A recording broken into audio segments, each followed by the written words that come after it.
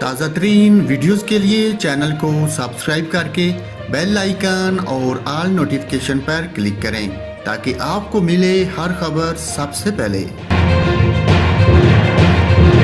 اور ناظرین، یہاں پر آپ کو کراچی میں موسم کی تازہ ترین صورتحال سے آگاہ کرتا ہوں۔ سندھ کے مختلف علاقوں میں تیز ہوائیں چلنے کے باعث provincial disaster management authority PDMA نے الرٹ جاری کر دیا۔